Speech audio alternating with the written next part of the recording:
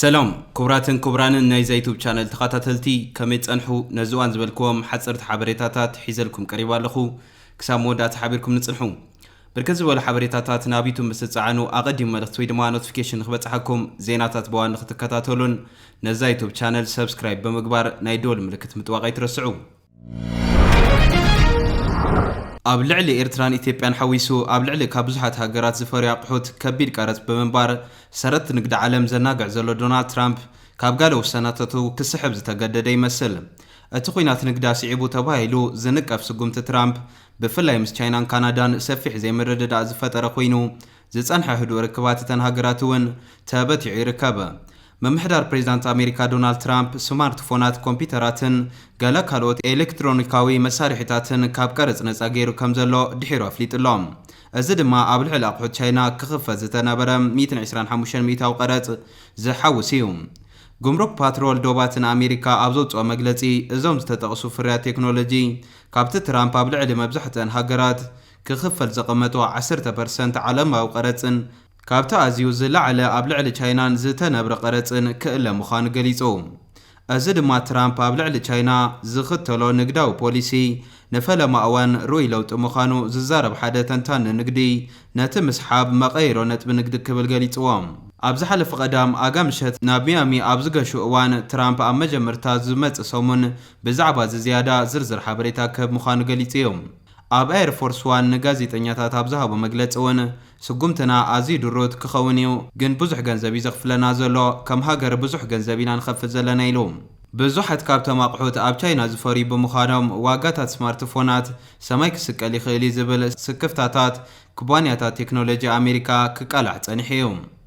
እቶም ካብ ቀረጽ ነጻ ዝኾነ ኣቑሑት ክሳብ 5 ሚያዝያ ቀዲሞም ዝኣተው ተመሊሱ ዝሰርሕ ስጉምቲ ኮይኑ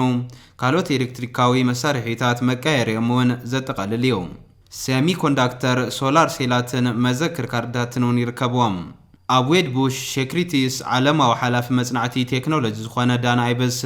እዚ ስጉምቲ ንኣፍርቲ ቴክኖሎጂ ዳርጋ ዘይእመን ሕልሚ ክብል ኣበይ ክጽሒፍሎም ኣብ ልዕሊ ኣቑሑት ቻይና ዝተነብረ ቀረጽ ምልዓል ብፍላይ ኣብ ስማርትፎናትን ቺፕስን ክመጽእ ከሎ ጸወታ ዝቕይር ስጉምቲ ክብል ገሊጽዎም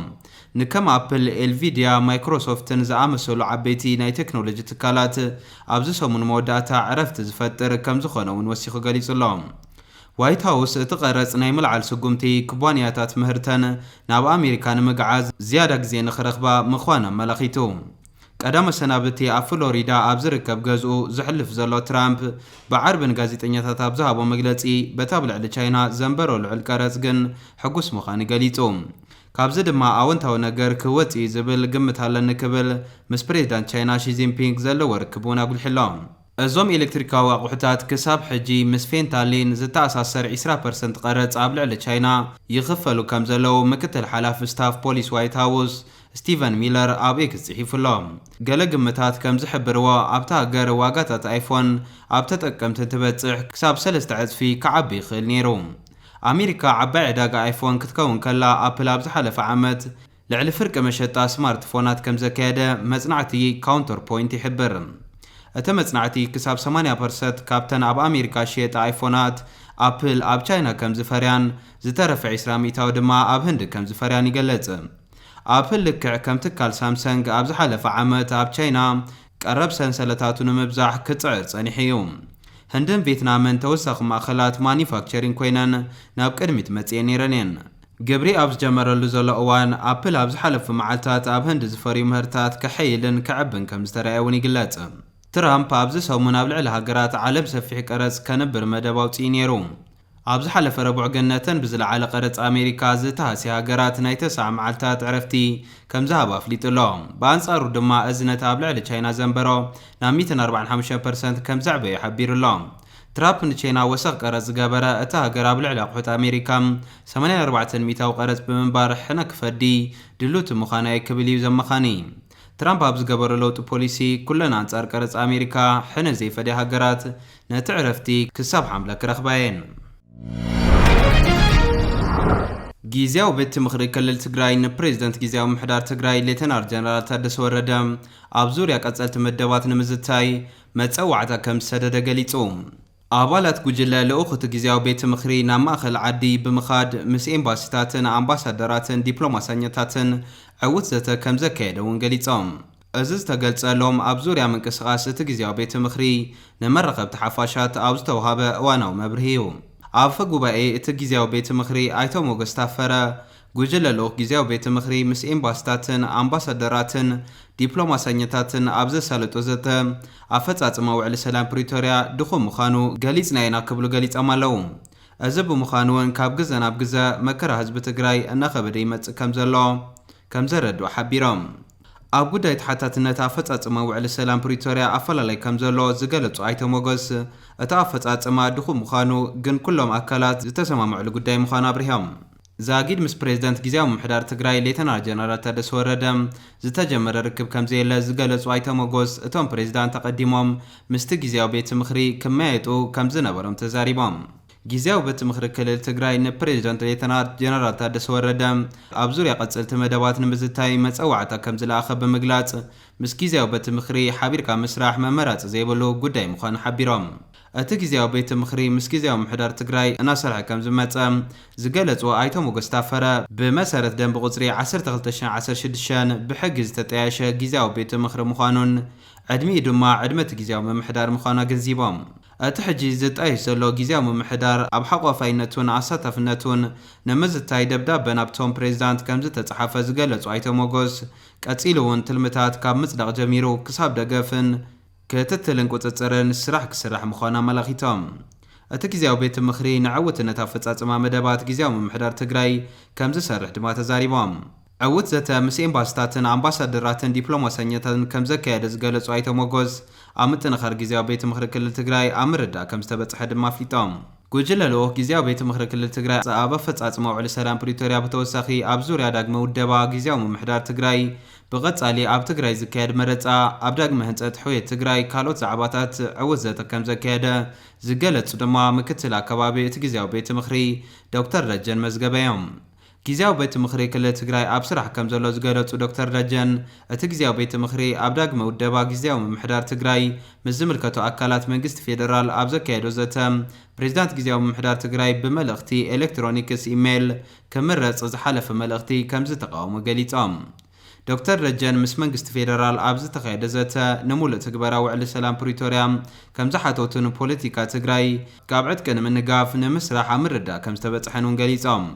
ኣብቲ መግለጺ ኣብ ቀጸልቲ መዓልታት ተዛመድቲ ዘተታት ንምስላጥ ዝተፈላለዩ ኣካላት ናብ ትግራይ ክመጹ መደብ ከም ዘሎ ድማ ተገሊጹሎም። ለንደን ንሰብኣዊ ሓገዝ ሱዳን ዝውዕል ምውላን ምውህላል ዝዓለመ ኣህጉራዊ ዋዕላ ይካየድ ኣሎ። ኩናት ክልተ ወታደራውያን ሓይልታት ሱዳን 2 ዓመቱ ኣብ ዝመልኣሉ 15 ሚያዝያ 2025 ብሰንኪ ኩናት ንዝሰዓበ ሰብኣዊ ቅልውላው ንምሕጋዝ ዝዓለመ ምውላን ምውህላል ኣብ ለንደን ኣህጉራዊ ዋዕላ ተጋቢዩ። ኣብቲ ካብ ክልቲኡ ወታደራዊ ወገን ሱዳን ዘይተዓደሙሉ ዋዕላ ናይ ዝተፈላለዩ ሃገራት ሰበስልጣን ዲፕሎማሰኛታትን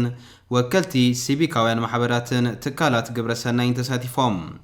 እቲ ዋዕላ ቅድሚ ምጅማሮ ሓደ መዓልቲ መንግስቲ ጀርመን ንሰብኣዊ ሓገዝ ሱዳን ዝውዕል ናይ 140 ሚልዮን ዶላር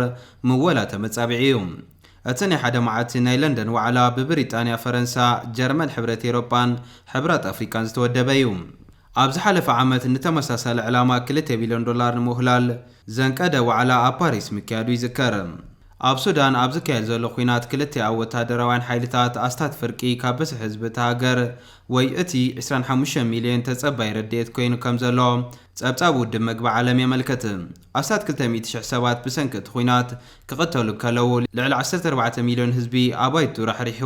ካብ መነባብርኡ ተመዛቢሉ ይርከብ። እቲ ኣስታት 3 ሚልዮን ካብዚ ናይ ጎረባብቲ ሃገራት ብፍላይ ናብ ግብፅን ቻድን ዝተሰደደ እዩ። ኤርትራ ኣብ ኣፍሪካ እቲ ዝሓመቐ ኣገልግሎት ዝህብ መዕርፎ ነፈርቲ እትውንን ሃገር ተባሂላ ካልኣይ ደረጃ ሒዛ።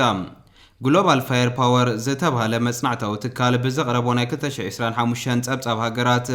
ኣብ ኣፍሪካ እታ ዝሓመቐት ኣገልግሎት ዝህብ እትውንን ሃገር ተባሂላ ቀዳማይ ደረጃ ዝሓዘት ሴራሊዮን ክትከውን ከላ ኤርትራ ካልአይቲ ቤንን ድማ ሳልሰይቲ ተሰሪዐን ይርከባ። እቲ ትካል ከም መምዘኒ ዝጥቀመሉ ነጥብታት እቲ ናይ መዕርፎ ነፈርቲ ዝህቦ ኣገልግሎት መጓዓዝያ፣ መጸበይ ገያሾን ዝውንውና ኣገልግሎትን ምቹእ ቱሪዝምን ንግድን ዝኣመሰለ እዩ። በዚ መመዘንታት ተመዕርፎ ነፈርቲ ኣስመራ ኣብ ኣፍሪካ ተዝሓመቐ ተባሂሉ ኣብ ከላይ ደረጃ ሰሪዕዎ ኣሎ። ኣብ ኣፍሪካ እቲ ዝበለጸ ኣገልግሎት ዝህብ መዕርፎ ነፈርቲ ትውንን ተባሂላ ቀዳሚ ደረጃ ሒዛ ዘላ ሃገር ደቡብ ኣፍሪካ እያ። ኣህጉራዊ መጽናዕቲ ትካል ግሎባል ፋየር ፓወር ብዘይካዚ ኣብ መዕርፎ ነፈርቲ ኣብ ደረጃ ወተሃደራዊ ዓቕሚ ሃገራት እውን ዝርዝር ኣስፊሩ ኣሎ። ምስ በዝሒ ዓቕምን ሰራዊተን ብዝተተሓዘ ኣብዚ ሰሙን ግሎባል ፋየር ናይ ሃገራት ደረጃ ዘውፅአ ኮይኑ 118 ሚልዮን ህዝቢ ዘለዋ ኢትዮጵያ 160,000 መደበኛ ሰራዊት ኣለዋ ዝበለት ትካል ንእሽቶን 6.3 ሚልዮን ከባቢ ዝኸውን ህዝቢ ዘለዋ ኤርትራ ግና ብሓፈሻ 250,000 ሰራዊት ከም ዘለዋ ኣስፊሩ ኣሎ። ካብዚኣቶም ውሽጢ እቶም 120,000 መደበኛ እንትኾኑ 130,000 ድማ ተሓላለውቲ እዮም ይብል። ኤርትራ ንሰራዊታ 198 ሚልዮን ዶላር ዓመታዊ ባጀት ከም ዘለዋ ይገሊጹ ዘሎ። ናይ ሰራዊት ቁፅሪ ጥራሕ ብሕታዊ መመዘኒ ዘይገብር ግሎባል ፋየር ሰራዊት ኤርትራ ካብ ሃገራት ዓለም መበል 120 ደረጃ እንተስፍሮ ንኢትዮጵያ ድማ መበል 52 ትርከብ ኢልዋ ኣሎ። ናብቲ ናይ መወዳእታ ዜና ምስ ንሰግር ሕቡራት መንግስታት ኣሜሪካ ኣብ ትሕቲ ሓድሽ ምምሕዳር ዶናልድ ትራምፕ ኣብ ዝተፈላለየ ትካላት መንግስቲ ሃገር ናይ ወጻኢታት ምጉዳል ከምኡ ድማ ስፍሓት መንግስቲ ምንኣስ ኣብ ተካይደሉ ዘላ እዋን ኣብ ኤርትራ ዝርከብ ኤምባሲ ሕቡራት መንግስታት ኣሜሪካ ዝርከቦ ኣብ 10 ሃገራት ዝርከብ ኤምባሲታት ሕቡራት መንግስታት ኣሜሪካ ክዕጾን ዲፕሎማስያዊ ንጥፈታቱ ካልእ ዕማማቱን ድማ ብኣብ ጎረባብቲ ሃገራት ዝርከብ ኤምባሲ ብመልክዕ ተንቀሳቐሰ ኣምባሳደር ንኽካየድ ዕማመ ቀሪቡ ይስራሕ ከም ዘሎ ፖለቲኮ ምሕባሩ ኤርታኤል ዝተባሃለ ማዕኸን ዜና ላክሰምበርግ ሓቢሩ። እቲ ማዕኸን ኣሜሪካ ኣብ ላክሰምበርግ ዝርከብ ኤምባሲ እውን ኣካል ናይቲ ክትዓጽዎ ትደልዮ ዘላ 10 ኤምባሲታት ጌራቶ ከም ዘላ ዝገለጸ ኮይኑ እዚ ሓበሬታ ከዓ ዘይተዘርግሐን ኣብ ሚኒስትሪ ጉዳያት ወጻኢ ሕቡራት መንግስታት ኣሜሪካ ዝዝረብ ዘሎ እማመ ፖለቲኮ ትባል ማዕኸን ምስ ኣቃልሕቶ ከም ዝፈለጠ ይገሊጹ ዘሎ። ብመሰረት እዛ ማዕኸን ዜና ረኺበ ዝበለቶ ሓበሬታ እዚ ምዕጻው ናይ ኤምባሲታት ሚኒስትሪ ጉዳያት ወጻኢ ኣሜሪካ ዓመታዊ በጀት ብ50 ሚእታዊ ንኽጎድል መደብ ሒዙ ይሰርሓሉ ኣብ ዘሎ እዋን ከም ኣካል ናይቲ መደብ እማማ ኣቕሪቦ ምህላው ተገሊጹ። ብመሰረት እቲ ቀሪቡ ዘሎ እማመ ድማ ኣብ ኤርትራ ዝርከባ ኤምባሲ ሕቡራት መንግስታት ኣሜሪካ ከምኡውን ኣብ ግራናዳ፣ ሌሴቶ፣ ማእኸላይ ሪፓብሊክ ኣፍሪካ፣ ላክሰምበርግ፣ ሪፐብሊክ ኮንጎ፣ ጋምቢያን ደቡብ ሱዳንን ማልታን ማልዲቭስን ዝርከቡ ኤምባሲታት ኣሜሪካ ንኽዕፀው እዩ እማመ ቀሪቡ ዘሎ። እዘን ኣብዘን ሃገራት ዝርከባ ኤምባሲታት ኣብ ዝዕፀዋሉ ድማ ንጥፈታት ሕቡራት መንግስታት ኣሜሪካ ኣብተን ሃገራት ብኣብ ጎረባብቲ ዝርከባ ኤምባሲታት ክካየድ እዩ መደብ ተታሒዙ ዘሎ። ንኣብነት ብመሰረት ጸብጻብ ናይዛ ማዕኸን ኣብ ማልታ ዝርከብ ኤምባሲ ሕቡራት መንግስታት ኣሜሪካ ኣብ ዝዕፀወሉ ዘሎ እዋን ናይ ኣሜሪካ ንጥፈታት ኣብ ማልታ ኣብ ዓዲ ጣልያን ብዝርከብ ኤምባሲ ሕቡራት መንግስታት ኣሜሪካ ንኽካየድ መደብ ከም ዘሎን ኣብ ኤርትራ ዝርከብ ኤምባሲ ሕቡራት መንግስታት ኣሜሪካ ኣብ ዝዕፀወሉ ድማ ንጥፈታት ሕቡራት መንግስታት ኣሜሪካ ኣብ ኤርትራ ኣብ ናይሮቢ ኬንያ ዝርከብ ኤምባሲ ክካየድ ምዃኑ ተገሊጹ ዘሎ። እዚ ዜና ማዕኸን ዜና ፖለቲኮ ካብ ሚኒስትሪ ወጻኢ ጉዳያት ኣሜሪካ ዝረኸቦ ምስጢራዊ ሓበሬታ መሰረት ዝገበረ ብዝብል ዝተገለጸ ኮይኑ ሚኒስትሪ ጉዳያት ወጻኢ ኣሜሪካ ግን ብዛዕባ እዚ ጉዳይ ብዕላዊ መንገዲ ዝገለጾ ነገር የለን። እምበር ከስቷ ተኸታተልቲ ነዚ እዋን ዝበልኩ ሓበሬታ ዝመስል ነይሩ። ብኻሊእ ዜና እስካዕ ንረኸብ ሰላም።